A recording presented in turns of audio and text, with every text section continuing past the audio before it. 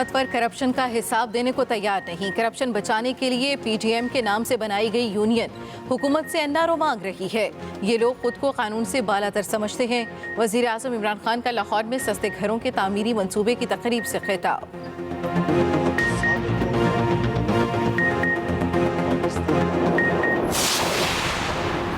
ملک میں ہونے والی مہنگائی کی وجہ عمران خان کے غلط فیصلے ہیں۔ Chairman peoples party Bilawal Bhutto وزیر اعظم پر برس پڑے۔ کہا وزیر اعظم کسی اور کو قربانی کا بکرا بنا کر خود کو نہیں بچا سکتے۔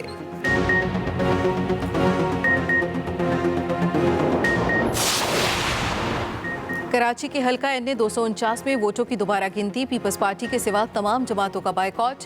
نون لیگ کے مفتاح اسماعیل نے ری کاؤنٹنگ رکوانے کے لیے چیف الیکشن کمشنر کو خط لکھ دیا۔ تحریک انصاف کی الیکشن کالعدم قرار دینے کی درخواست۔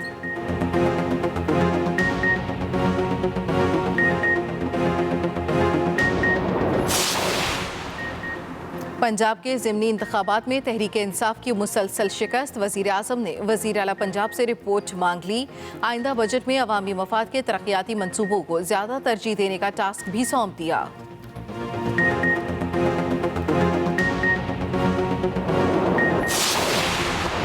بلوچستان عوامی پارٹی کے ارکان اسمبلی وزیر اعلیٰ بلوچستان جام کمال کے خلاف سرگرم، صالح بوتانی کا JUI بلوچستان کی قیادت سے رابطہ، تحریک عدم اعتماد پر مشاورت۔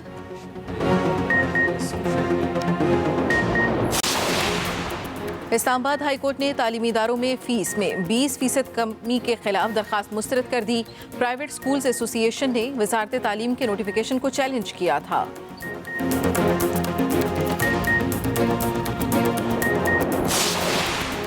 لاہور کے علاقے ڈیفنس میں برطانیہ پلٹ لڑکی کا قتل، مزید انکشافات سامنے آ گئے۔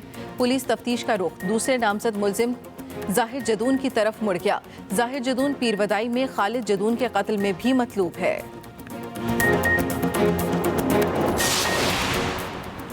ملک میں کرونا سے ایک دن میں مزید 108 اموات، 4198 نئے کیسز رپورٹ۔ بشرا انصاری کی بہن اداکارہ سنبل شاہد کرونا کے باعث انتقال کر گئیں۔ سندھ حکومت کا نجی اسپتالوں میں عوام کو مفت ویکسینیشن کا فیصلہ۔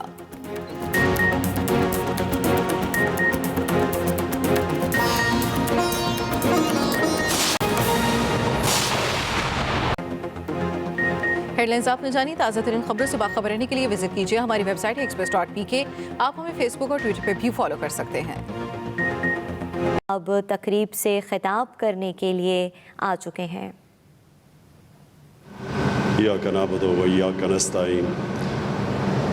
سب سے پہلے جی مجھے پتہ ہے ٹی وی پہ جو لوگ دیکھ رہے ہیں، میں سب کو تاکید کروں گا یہ ماسک پہننے کے لیے۔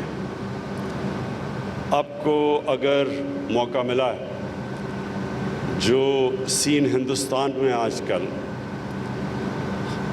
دلی میں اور ان کے بڑے شہروں میں ہسپتالوں کا جو حال ہے، آکسیجن نہیں مل رہی، باہر سڑکوں پہ لوگ کرونا کی وجہ سے مر رہے ہیں، تو میں اس لیے اپنی ساری قوم سے تاکید کروں گا کہ اللہ نے ہمیں پہلے دو جو کرونا کے ویوز آئے، بنسبت باقی دنیا کے اللہ نے ہمارے پہ بہت کرم کیا، اور اب ہم تیسرے ایک بڑے خطرناک ویو میں ہیں۔ اور اگر حکومت اپنی کیپیسٹی دگنی نہ کرتی، یعنی ہسپتالوں میں کیپیسٹی بڑھاتی، آکسیجن کی کیپیسٹی دگنی نہ کرتی، تو آج ہمارے بھی وہی حالات ہونے تھے جو آج ہندوستان میں لوگوں کو نظر آ رہے ہیں۔ تو یہ اگلے 2 ہفتے بہت امپورٹنٹ ہے ہمارے لیے۔ ہم نے اس کی کرونا کا جو کیسز ہیں ان کو نیچے لے کے آنا ہے۔ تو میں اس سے سب سے تاکید کروں گا کہ جو ایک چیز جس سے ثابت ہو گیا کہ کرونا کے کیسز، کرونا کنٹرول ہو جاتی ہے، وہ ہے یہ ماسک۔ تو میں سب سے تاکید کروں گا یہ ماسک پہنیں۔ اب جی میں چیف منسٹر صاحب آپ کو، پروونشل منسٹرز بیٹھے ہوئے ہیں آپ سب کو، اور چیف سیکرٹری صاحب، ہمارے جرنلسٹ بھی آئے ہوئے ہیں یہاں، ہمارے اوپینین میکرز، میں سب آپ کو اس اوکیزن کے اوپر خوش آمدید اس لیے کہتا ہوں کہ پاکستان کے اندر جب سے میری عمر تقریباً پاکستان جتنی ہے، تو ہماری بدقسمتی یہ ہوئی کہ ہمارا ایک مائنڈ سیٹ، جب سے مجھے ہوش ہے، وہ مائنڈ سیٹ یہ ہے کہ یہ صرف ایک چھوٹے سے طبقے کا پاکستان ہے. اس کو انگلش میں ایک ٹرم استعمال کرتے ہیں، ایلیٹ کیپچر. ایک ایلیٹ نے ملک کو ہر طرح اپنے قابو میں، قبضے میں لیا ہوا ہے.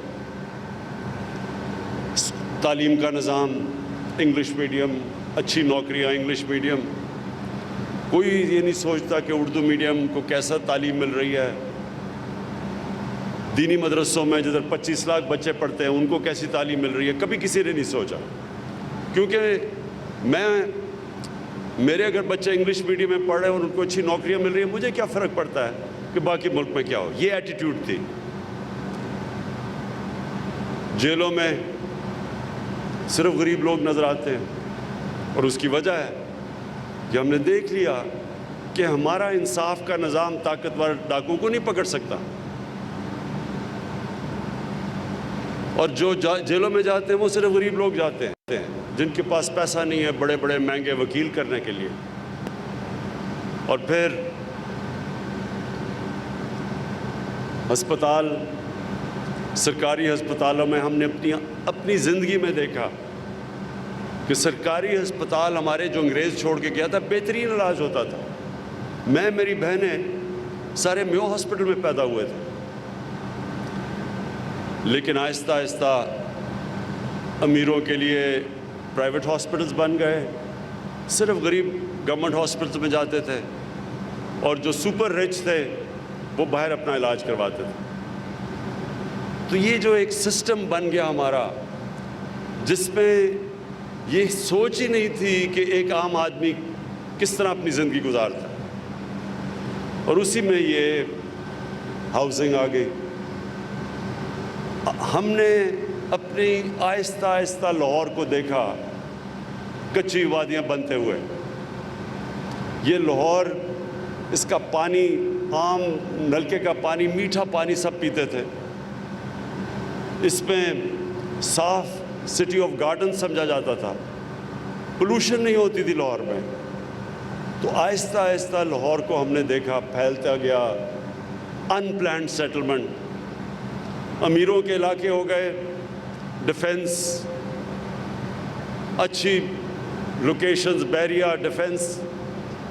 کسی نے نہیں سوچا کہ عام آدمی جو تنخواہ دار ہے، جو زمینوں کی قیمتیں یہاں پہنچ گئی، اس نے کیسے گھر بنانا تھا. تو وہ کیا کرتا؟ کچی آبادیاں بننی شروع ہو گئی. آج آپ یہ سوچیں کہ آدھا کراچی کچی آبادیاں ہیں. کچی آبادی کا مطلب نہ سیوریج سسٹم، نہ بجلی، نہ لیگل کوئی کنیکشنز.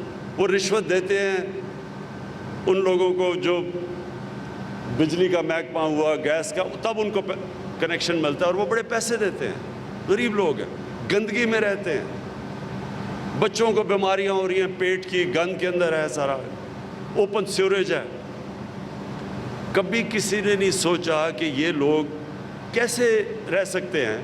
انہوں نے بھی روزی کمانے کے لیے شہروں میں آنا ہے، تو کدھر رہیں گے؟ گئی ساتھ ساتھ پھر قبضہ گروپ آتے گئے. قبضہ گروپوں نے کیوں آیا؟ کیونکہ زمینوں کے کیس ہی نہیں حل ہوتے. عدالتوں میں 50 سال چل رہے ہیں، وہ قبضہ گروپ آ گئے. ان کے ساتھ پورا ایک ٹروئکا بن گیا. ساتھ مل گیا جج، ساتھ مل گیا پولیس، ساتھ مل گیا قبضہ گروپ.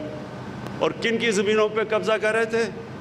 کمزور لوگوں پہ یا حکومت کی زمینوں پہ. تو یہ جو ہمارا آئیڈیا نیا پاکستان ہاؤسنگ ہے، اس کی سوچ ساری یہ ہے کہ امیر آدمی تو پھر ان کی تو فکر نہیں ہے، ان کے پاس تو پیسے ہیں، وہ تو بڑے بڑی ڈیفنس یا بیریا میں جا سکتے ہیں. لیکن عام آدمی، تنخواہ دار طبقہ، گورنمنٹ سرونٹس، مکینک، ویلڈر، کسان چھوٹے، ان کے لیے یہ ملک کیا کر رہا ہے؟ تو اپنی قوم سے جو میں بات کہنا چاہتا ہوں کہ یہ ذہن میں ڈال لیں کہ کبھی بھی وہ معاشرہ ترقی نہیں کر سکتا جو معاشرہ اپنی عوام کی عام آدمی اس کو اوپر اٹھانے کی کوشش نہیں کرتا. کوئی دنیا میں معاشرہ جس میں ایک چھوٹا سا امیروں کا جزیرہ ہو اور نیچے سمندر ہو غریبوں کا، آج تک وہ معاشرہ اوپر نہیں گیا. جو میں بار بار مدینہ کی ریاست کی بات کرتا ہوں کیونکہ ہم ایک اسلام کے نام پہ ملک بنا تھا. ہماری آبجیکٹو ریزولوشن میں تھا کہ پاکستان آبجیکٹو ہے اسلامی فلاحی ریاست. وہ کس کے اوپر بیس ہوئی تھی؟ وہ مدینہ کے اوپر ہوئی تھی. مدینہ میں کیا ہوا تھا؟ سرکار مدینہ نے 2 کام کیے تھے.